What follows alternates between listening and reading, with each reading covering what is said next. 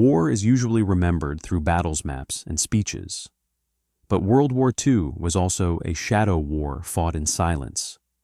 A war of lies, disguises, and impossible missions that sound invented even today. These stories involve dead bodies, fake armies, phantom spies, and people who should not have survived. Every mission you're about to hear actually happened, and every detail was hidden for decades. Virginia Hall, Resistance Network, 1941. Virginia Hall should never have survived a single day behind enemy lines.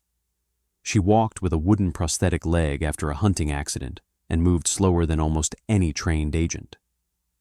Yet during the darkest years of the war, she became one of the most dangerous spies in occupied France.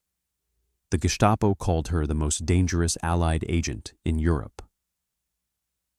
They hunted her relentlessly. They never caught her. Hall entered France undercover as a journalist. What she actually built was an underground empire. She organized sabotage cells, arranged weapons drops, coordinated resistance fighters, and planned prison breaks. Her network stretched across cities, villages, and rail lines. She memorized every route safe house and contact without writing anything down. When radio contact failed, she moved messages herself across checkpoints filled with German soldiers. When the Gestapo finally realized the damage being done, they circulated her description across the country. She escaped over the Pyrenees Mountains on foot during winter, with her prosthetic leg freezing and splitting. Most agents would have been finished. Hall returned to France anyway, this time disguised as an elderly farm woman. She dyed her hair, changed her posture, and learned to limp differently to hide her disability. From that moment, she coordinated sabotage ahead of the Normandy invasion. Rail lines exploded, communication hubs vanished, and German troop movements slowed at exactly the wrong time. Entire resistance units followed her instructions without ever knowing her real name. After the war, Allied commanders admitted her intelligence saved countless lives. Virginia Hall proved that the most effective weapon in espionage was not strength or speed. It was will. Operation WWII, 1943. In the heart of Japanese-controlled Singapore Harbor, one of the most heavily defended ports in the Pacific, an attack unfolded that sounded like fiction even to Allied commanders. A small team of commandos approached the harbor, not with warships or aircraft, but with folding kayaks hidden inside a civilian vessel. The ship looked harmless. That illusion saved the mission. Once near the harbor, the commandos slipped into the water under cover of darkness. They paddled silently past patrols, searchlights, and minefields. Every movement had to be perfect. One splash could have meant death. They reached anchored Japanese ships and attached limpet mines by hand. No alarms were raised. No guards noticed.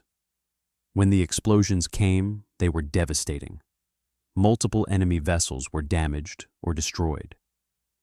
Confusion tore through the harbor as Japanese forces searched for attackers who no longer existed. The commandos had already escaped the same way they entered, vanishing into the night.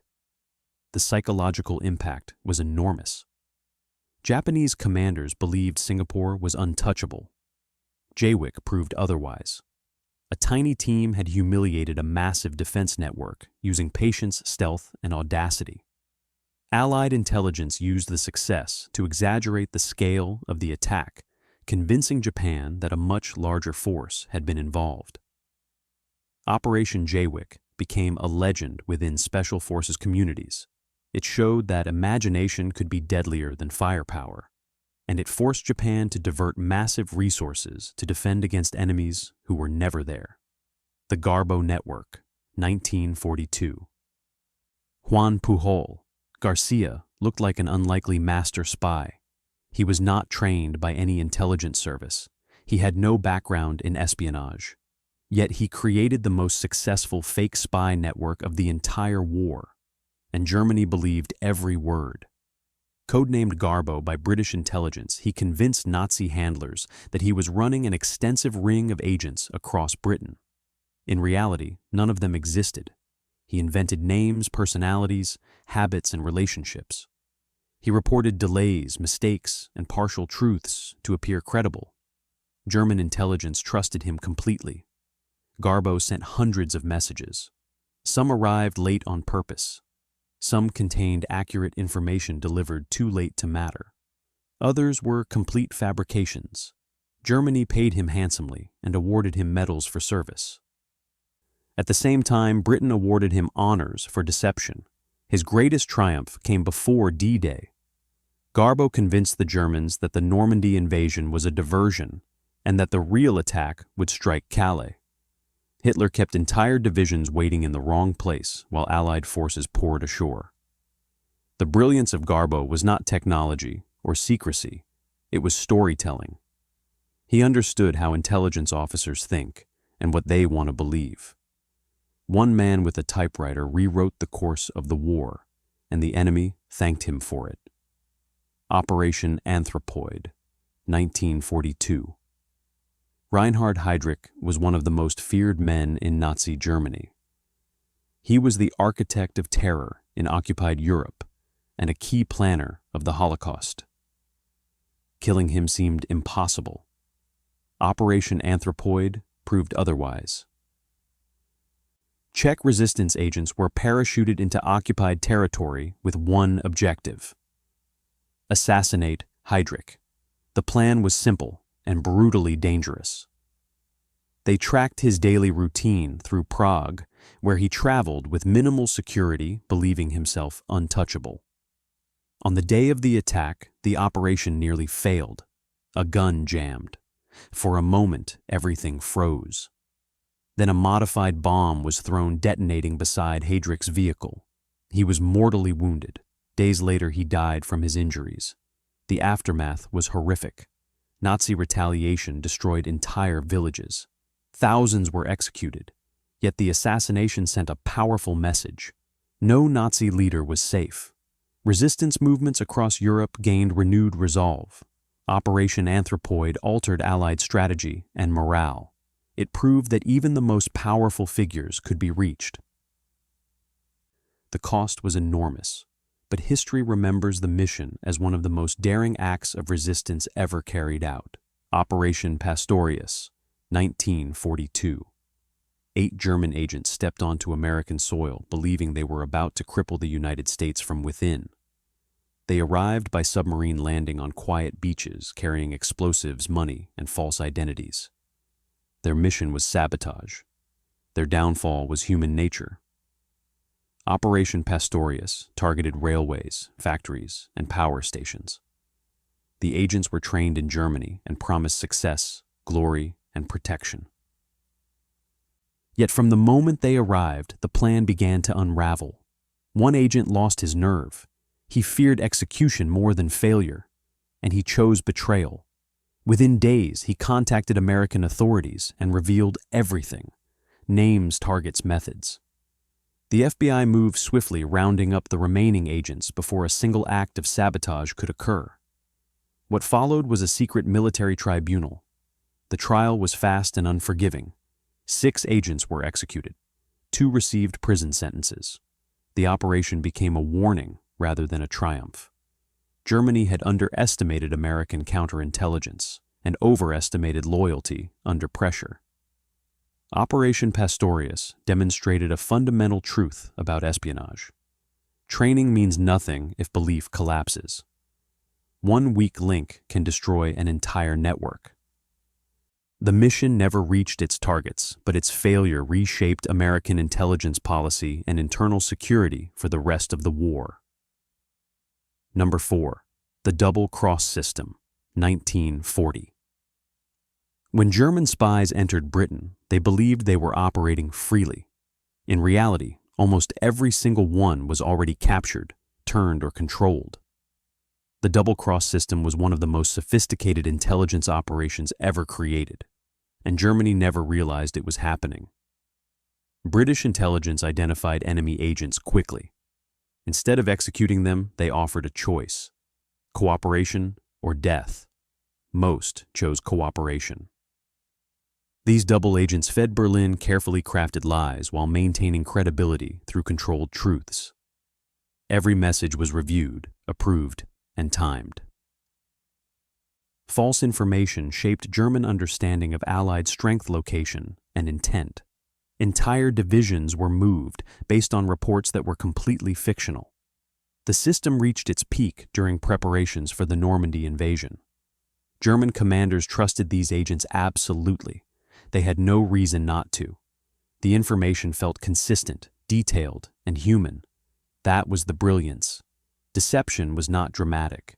It was believable. The double-cross system turned espionage into theater. Britain controlled the script, the pacing, and the ending. By the time German intelligence suspected deception, it was too late. The war had already turned. This operation proved that information could be weaponized at scale, not through noise, but through precision. The greatest intelligence victory of the war was not won on a battlefield. It was won in quiet rooms by people who never fired a shot. Operation Gunnerside, 1943. High in the frozen mountains of Norway, a mission unfolded that prevented one of the most terrifying possibilities of the war. Nazi Germany was producing heavy water, a key component required for nuclear research. If production continued unchecked, Germany could move closer to an atomic weapon. Stopping it became a priority that allowed no failure. A small group of Norwegian commandos trained in Britain were chosen for the task. They knew the terrain because it was their homeland. That knowledge would be the difference between success and death. They parachuted into hostile territory and survived weeks in extreme cold living off minimal supplies. Frostbite, starvation, and exposure were constant threats. The target was a heavily guarded hydroelectric plant producing heavy water. Previous attempts to destroy it had failed. This time, the commandos skied across ravines, climbed icy cliffs, and crossed frozen rivers to reach the site undetected. They avoided patrols and dogs by moving at night and hiding during daylight. Inside the facility, they placed explosives with precision. The charges detonated perfectly, destroying the production equipment without civilian casualties. The team escaped into the mountains, pursued by German forces who never caught them. Not a single commando was killed during the operation. The impact was enormous. Germany's nuclear program was delayed beyond recovery. Later attempts to transport remaining heavy water were sabotaged again.